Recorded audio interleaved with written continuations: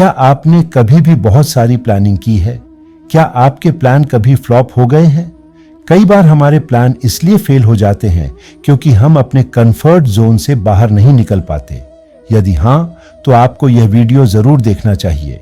इसमें हम जापान की सैर करेंगे और 8 जापानी तकनीकें सीखेंगे जो आपको लेजनेवा और सक्सेसफुल बना सकती हैं। जापान एक ऐसा देश है जिसने दुनिया के 21वीं सदी में सुनामी जैसे 10 सबसे खतरनाक प्राकृतिक आपदाओं का सामना किया है। यहाँ 2 बार न्यूक्लियर बम का भी प्रयोग हुआ है, लेकिन इन सभी मुश्किलों के बावजूद जापान अब भी एक सुपर पावर है।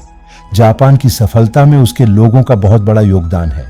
यहाँ के लोग इतने डिसिप्लिन और सक्रिय होते हैं कि वे कभी भी काम को टालते नहीं हैं। तो जापानी लोगों में इस डिसिप्लिन का रहस्य क्या है? मैंने इसकी रिसर्च की और मुझे 8 तकनीकें मिली जो वहाँ के लोग फॉलो करते हैं और जिनसे उन्हें सक्सेस और फुलफिलमेंट मिलता है। चलिए हम उन 8 तकनीकों के बारे में बात करें जिनसे जापान को कामयाबी मिली और जो आपको भी सक्सेसफुल बना सकती हैं। जापान के सबसे प्रसिद्ध चिकित्सकों में से एक डो शिगेकी हिनोहारा एक प्रेरणा रहे हैं। 105 साल की उम्र में भी उन्होंने संन्यास नहीं लिया। एक बार एक मरीज उनके पास आया जिसका वजन दिन ब दिन बढ़ता जा रहा था, जिससे व्यस्त कार्यक्रम के कारण व्यायाम के लिए समय नहीं बचता था और विभिन्न स्वास्थ्य समस्याएं पैदा हो रही थीं। व्यस्त कार्यक्रम के कारण व्यायाम के लिए समय की कमी सबसे बड़ी समस्या थी। डॉ हिनोहारा ने पूछा कि क्या मरीज को संगीत सुनना पसंद है? मरीज ने कहा हाँ। फिर डॉक्टर ने पूछा कि क्या वह हर हफ्ते गाना सुनते हुए सिर्फ 1 मिनट डांस कर सकती है? मरीज मुस्कुराया और सहमत हो गया। उन्होंने कहा मैं इतना समय निकाल सकती हूं। अगली मुलाकात के दौरान डॉक्टर ने पूछा कि क्या वह उसके लिए पूरे गाने पर नृत्य कर सकती है। मरीज ने प्रयास करने का वादा किया। फिर डॉक्टर ने उससे 2 गानों पर डांस कराया। आखिरकार मरीज साल के अंत तक हर दिन 1.5 घंटे व्यायाम करने में सक्षम हो गया। उनका वजन लगभग 20 किलोग्राम कम हो गया था। जैसा कि वे कहते हैं, हर बूंद मायने रखती है। इसके बजाय डॉक्टर ने उसे कल से केवल फल खाने और रोजाना 1 घंटा व्यायाम करने के लिए कहा होता तो शायद वह कभी इसका पालन नहीं करती। मानव मस्तिष्क रहस्यमय तरीके से काम करता है। मेरे पास पैसे की कोई कमी नहीं है। मैं सबसे खुशहाल जीवन जी रहा हूँ। अच्छे शिष्य की बातें सुनकर दूसरा शिष्य परेशान हो गया। उसने मन ही मन सोचा, हाँ, यह सच कह रहा है। मैं इतनी पूजा पाठ करता हूँ और यह कुछ नहीं करता, फिर भी इतना खुश है। यह सोचकर वह अपने गुरु के पास गया और उनसे भी यही प्रश्न पूछा। मुस्कुराते हुए गुरु ने कहा, भगवान प्रत्येक व्यक्ति के गुणों के अनुसार वही करते हैं जो उनके लिए सबसे अच्छा है। वह व्यक्ति की योग्यता के अनुसार परिणाम देते हैं। अब आप अपने प्रश्नों का उत्तर जानते हैं। आपके पैर में चोट क्यों लगी और आपको यह क्यों मिला? पैसों से भरा थैला। सुनो, पिछले जन्म में तुमने बहुत पाप किए थे, इसलिए आज तुम्हें मरना था। तुम बच गए क्योंकि तुम मंदिर गए और भगवान की पूजा की। इसी कारण तुम्हारे पैर में कांटा छुपा है, मरने के बजाय। अब बात करते हैं आपके दोस्त के बारे में। पिछले जन्म में वह एक साधु व्यक्ति था, इसलिए उसकी किस्मत बदलने वाली थी। वह लाखों की संपत्ति का मालिक बनने वाला था, परंतु इस जीवन में उन्होंने कोई भी अच्छे कर्म नहीं किए, इसलिए पिछले जीवन के फल के अनुसार उन्हें केवल थोड़ा सा धन ही प्राप्त हुआ, जबकि उन्हें करोड़ों की संपत्ति का स्वामी बनना था। भगवान को दोष देना बंद करें और अपने वर्तमान समय का सदुपयोग करें। भविष्य अपने आप सुधर जाएगा। इस प्रकार उनकी आंखें खुल गईं और वे एक बार फिर अपनी प्रार्थनाओं और भक्ति गतिविधियों में डूब गए। जब हम प्रार्थना करते हैं तो भगवान हमारे शब्दों से अधिक हमारे कार्यों को सुनते हैं। वह जितना हम पूछते हैं उससे कहीं अधिक हम कल्पना करते हैं। अपने समय में और अपने तरीके से अधिक उत्तर देता है।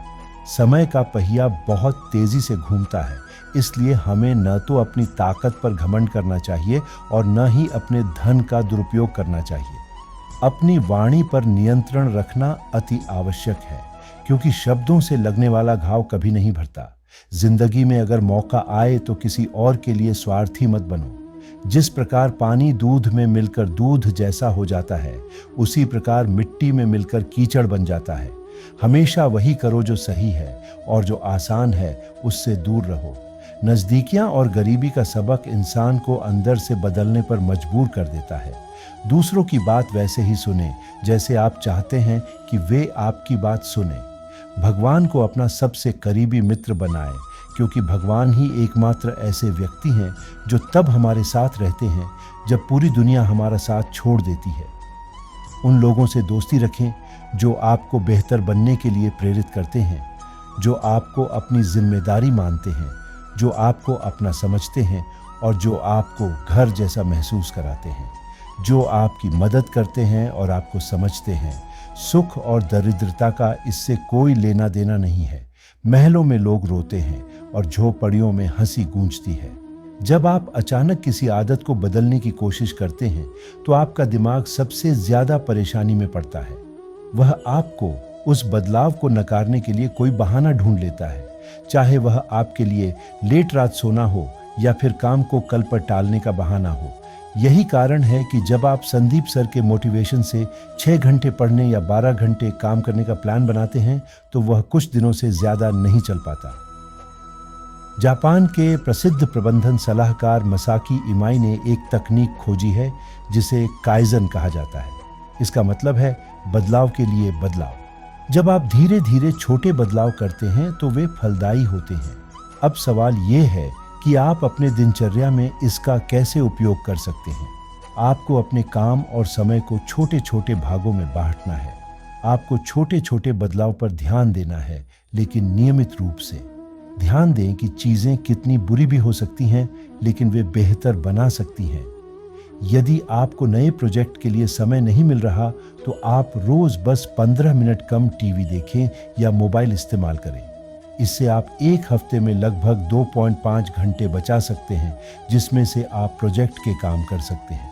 इसी तरह यदि आप प्रेरित महसूस कर रहे हैं और हर दिन आधा घंटा पहले उठने का प्रबंधन कर रहे हैं तो यह समय के साथ बढ़ता जाता है। इस तरह आप अंततः एक दिन में 2 से 3 अतिरिक्त घंटे निकाल सकते हैं। इसी तरह हर दिन केवल 15 से 20 मिनट पहले जागने और एक छोटा वर्कआउट सत्र करने से आप पूरे दिन ऊर्जावान महसूस कर सकते हैं। यदि आप अपना आहार बदलना चाहते हैं तो यह सरल है। भारी बदलाव करने के बजाय अस्वास्थ्यकर स्नैक्स को फलों या सब्जियों से बदलना शुरू करें। समय के साथ ये छोटे छोटे समायोजन आपके स्वास्थ्य और कल्याण में महत्वपूर्ण सुधार ला सकते हैं। तो आप सिर्फ एक ही चीज परिवर्तन करके आधी रात के एक सिगरेट कम कर सकते हैं और सिगरेट पीने की आदत से छुटकारा पा सकते हैं। आप किसी भी चीज को कर सकते हैं जो आप चाहते हैं, लेकिन इसके लिए आपको अपने पर भरोसा रखकर बिना किसी बहाने के काम करना होगा। गाय टू लीव एक प्रमुख कोच और लाइन पेंटर है। वे रोल्स रॉय में बनी पिन स्ट्रिप्स को पेंट करते हैं। उन्हें खुद पर भरोसा है और वे अपने काम में माहिर हैं। ओकिनावा जापान का एक आइलैंड जहां के लोग लंबी उम्र तक स्वस्थ रहते हैं और रिटायर नहीं होते। वहां के लोग एक ही गाय का अनुसरण करते हैं। भारत में जब भी आप विद्यालय समाप्त करते हैं, लोग आपको विभिन्न सलाहें देने लगते हैं। कुछ कहते हैं कि आप वह काम करें जो आपको अधिक आनंद देता है। कुछ कहते हैं कि वह काम करें जिसमें अधिक पैसे हो, और कुछ कहते हैं कि वह काम करें जिसमें आप माहिर हों।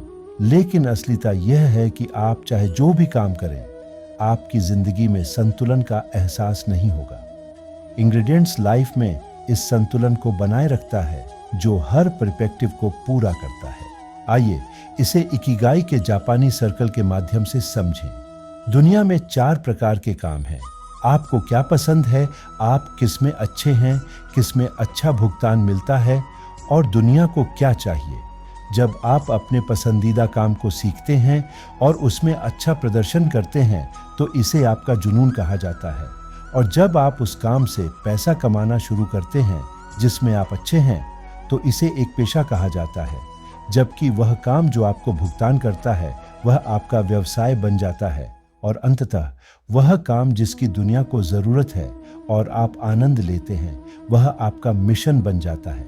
आपने जीवन में अपने जुनून को पूरा करने के बारे में सुना होगा, लेकिन अगर आप केवल जुनून को चुनते हैं तो आपको वित्तीय कठिनाइयों का सामना करना पड़ सकता है। दूसरी ओर, यदि आप केवल एक पेशा चुनते हैं तो आपको इसमें कभी भी सच्ची खुशी नहीं मिलेगी। इसी तरह, यदि आपके काम की दुनिया को जरूरत है लेकिन वह आपको खुश नहीं करता है तो आप प्रेरित महसूस नहीं करेंगे। इसलिए जीवन में आपको ऐसी नौकरी चुननी चाहिए जो आपका जुनून हो, पेशा हो और आपका व्यवसाय और मिशन भी बन सके। ठीक वैसे ही जैसे सचिन तेंदुलकर को क्रिकेट से प्यार था, उन्होंने इसे सीखा और इसे अपना जुनून बना लिया, फिर खेलकर कमाई शुरू की जो उनका पेशा बन गया। उनके मैच देखना लोगों का मनोरंजन करता था, दुनिया की जरूरत को पूरा करता था, इसलिए यह उनका व्यवसाय बन गया। और क्योंकि दुनिया को जिस चीज की जरूरत थी उसका उन्होंने भी आनंद उठाया, इसलिए यह उनका मिशन बन गया। इस तरह अपना एक सच्चा जुनून पाकर लोग अपने क्षेत्र में दिग्गज बन जाते हैं। दुनिया के किसी भी दिग्गज के बारे में सोचें और आप पाएंगे कि उन सभी ने अपने एक सच्चे जुनून पर काम किया, क्योंकि उनका काम ही उनका जुनून है। आइए इसे इकिगाई के जापानी सर्कल के माध्यम से समझें। दुनिया में 4 प्रकार के काम हैं। आपको क्या पसंद है, आप किस में अच्छे हैं, किस में अच्छा भुगतान मिलता है और दुनिया को क्या चाहिए। जब आप अपने पसंदीदा काम को सीखते हैं और उसमें अच्छा प्रदर्शन करते हैं तो इसे आपका जुनून कहा जाता है। और जब आप उस काम से पैसा कमाना शुरू करते हैं जिसमें आप अच्छे हैं तो इसे एक पेशा कहा जाता है। जबकि वह काम जो आपको भुगतान करता है वह आपका व्यवसाय बन जाता है। और अंततः वह काम जिसकी दुनिया को जरूरत है और आप आनंद लेते हैं वह आपका मिशन बन जाता है। वैज्ञानिक रूप से कहें तो अपने जुनून के अनुरूप कार्यों पर काम करने से आपके मस्तिष्क में डोपामाइन जैसे न्यूरोट्रांसमीटर जारी होते हैं जो आपको प्रवाह की स्थिति प्राप्त करने में मदद करते हैं। यह प्रवाह स्थिति आपको एक अलग स्तर पर काम करने में सहायता करती है, इसीलिए आपको इसे करने में कभी थकान महसूस नहीं होती है और इसे करने के लिए आपको किसी बाहरी प्रेरणा की आवश्यकता नहीं होती है। लेकिन आप अपना सच्चा जुनून कैसे पा सकते हैं, इसके लिए मैंने एक वीडियो बनाया है। मैं विवरण में लिंक प्रदान करूंगा या आप हेक्टर गार्सिया की पुस्तक गाई भी पढ़ सकते हैं। इस किताब में आप इसका सारांश भी सुन सकते हैं, जहां आपको इकिगाई से जुड़ी सभी महत्वपूर्ण जानकारी मिलेगी। तीसरा, पोमोडोरो तकनीक। यदि आप अपना ध्यान बढ़ाने और कठिन कार्यों को बिना थके पूरा करने की तकनीक की तलाश में हैं, तो डेवलपर्स और उद्यमियों फ्रांसेस्को को अपनी पढ़ाई और असाइनमेंट पूरा करने में काफ़ी संघर्ष का सामना करना पड़ा। फिर उन्होंने इस तकनीक का इस्तेमाल किया और पाया कि अपने काम को छोटे छोटे सत्रों में बांटकर वे इसे आसानी से पूरा कर सकते हैं। उन्होंने 25 मिनट की समय सीमा बनाई, जिसके दौरान उन्हें बिना किसी ध्यान भटकाए काम करना था और फिर 5 मिनट का ब्रेक लेना था। फिर 25 मिनट तक बिना ध्यान भटकाए काम करें। इस तरह जब ऐसे 4 सेशन पूरे हो जाएं तो आप 15 से 20 मिनट का लंबा ब्रेक ले सकते हैं।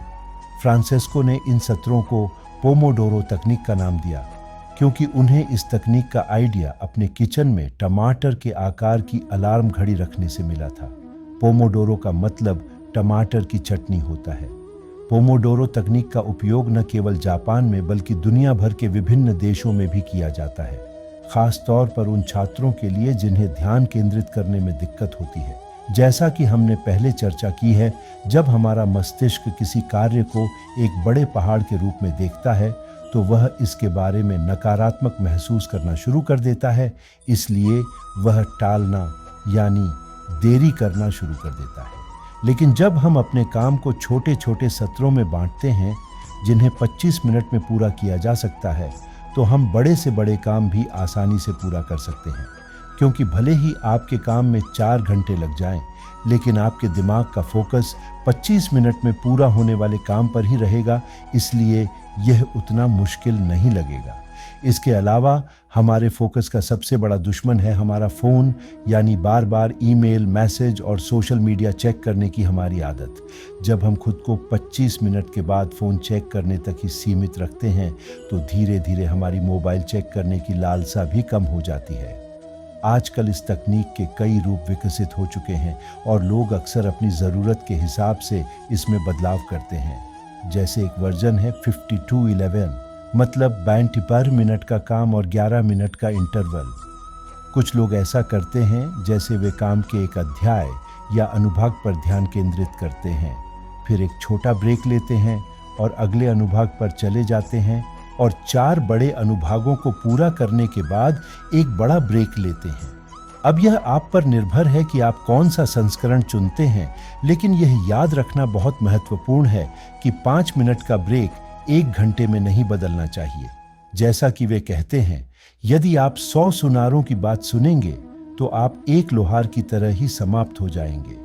काइज़ेन और काइकाकू के बीच अंतर यह है कि काइज़ेन छोटे छोटे बदलाव करके धीरे धीरे अपने लक्ष्य बदलता है, जबकि काइकाकू एक बार में आमूल-चूल परिवर्तन करने के बारे में है, जो कम समय में बड़े परिणाम ला सकता है।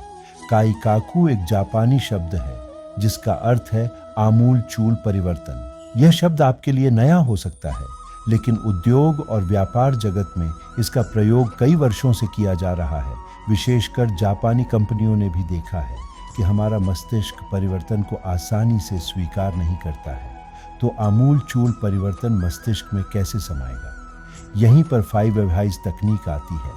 इसका मतलब है कि कोई भी बड़ा बदलाव करने से पहले आपको खुद से 5 बार यह पूछने की जरूरत है कि क्यों, ताकि आप समस्या के मूल कारण तक पहुंच सकें। आप देखेंगे कि आखिरी क्यों में आपको कुछ आत्म प्रेरक उत्तर मिलेंगे जो आपके मस्तिष्क को बदलाव के प्रति सकारात्मक बना देंगे। अब ये तो थी सैद्धांतिक बातें, लेकिन आप इसका इस्तेमाल कैसे करेंगे? मान लीजिए कि आप प्रतिदिन पढ़ने बैठते हैं, लेकिन कुछ देर बाद आपका ध्यान भटक जाता है और आप किसी दूसरे काम जैसे अपना फोन, लैपटॉप या टीवी चेक करने में लगकर काम में देरी करने लगते हैं। अब आपको अपने आप से 5 क्यों पूछने की जरूरत है। उदाहरण के तौर पर आप पूछ सकते हैं, मैं पढ़ाई क्यों नहीं कर पा रहा हूँ? इसका उत्तर हो सकता है, क्योंकि मेरा ध्यान मेरे मोबाइल पर है। फिर दूसरा सवाल उठता है, मेरा ध्यान मोबाइल पर क्यों है? इसका उत्तर यह हो सकता है, क्योंकि मुझे अपना फोन 2 घंटे तक अपने पास रखने की आदत हो गई है। बस, अब आपको एक बड़ा बदलाव करने की जरूरत है कि जब भी आप कोई ज़रूरी काम करें तो अपना फ़ोन अपने पास न रखें या इंटरनेट बंद कर दें। व्यक्तिगत रूप से मैंने अपना फ़ोन एयरप्लेन मोड पर रखा है। जब मैं कोई महत्वपूर्ण कार्य कर रहा होता हूं तो मैं पूरी तरह से पहुंच से बाहर हो जाता हूं। इस तरह आप इस तकनीक का उपयोग करके अपने जीवन की हर समस्या का मूल कारण पहचान सकते हैं और एक बड़ा बदलाव ला सकते हैं। 5 व्हाइज तकनीक जापानी 3S तकनीक पर आधारित है, जो एक संगठन आधारित क्रांतिकारी पद्धति है। किसी भी प्रकार के कचरे की पहचान के लिए 3S तकनीक का इस्तेमाल कई बड़े क्षेत्रों में किया जा रहा है, जो आपकी उत्पादकता बढ़ाने में मदद कर सकता है। आप इसे अपने दैनिक जीवन में भी उपयोग कर सकते हैं और कई कार्यों को आसान बना सकते हैं। सोचिए, अगर आपका घर अस्त व्यस्त हो तो क्या आपको वहां अच्छा महसूस होगा? क्या आपको कुछ भी सही जगह पर मिलेगा? नहीं। और जब आपको सही समय पर सही चीज नहीं मिलती है तो उसे ढूंढना समय की बर्बादी है। सही, इससे आपका ध्यान अपने मुख्य काम से भटक जाता है और आप निराश महसूस करते हैं। यह समय और ऊर्जा बचाने में मदद करता है। इस तकनीक में 3 S हैं: सॉर्ट करें, क्रम में सेट करें और शाइन या क्लीन। अब आपको सबसे पहले अपने घर और कार्यस्थल पर चीजों को सुलझाना होगा, यानी कि आपके काम के लिए क्या उपयोगी है और क्या नहीं। चाहे पुराने कपड़े हों या फाइलें, जो भी उपयोगी न हो उसे बाहर रख दें। घर और ऑफिस में केवल उपयोगी सामान ही रखें। अगर आप जापान जाएंगे तो देखेंगे कि वहाँ लोग अति सूक्ष्मवाद में विश्वास करते हैं। उनके घरों में आपको सिर्फ जरूरत का सामान ही मिलेगा। चीजों को व्यवस्थित करने के बाद बारी आती है सेट एंड ऑर्डर की, यानी उन्हें अपने रूटीन के हिसाब से व्यवस्थित करें। चाहे चाबियां हों या हार्ड डिस्क या आपके जूते, उन्हें निश्चित स्थानों पर रखा जाना चाहिए ताकि जरूरत पड़ने पर आप उनका उपयोग कर सकें।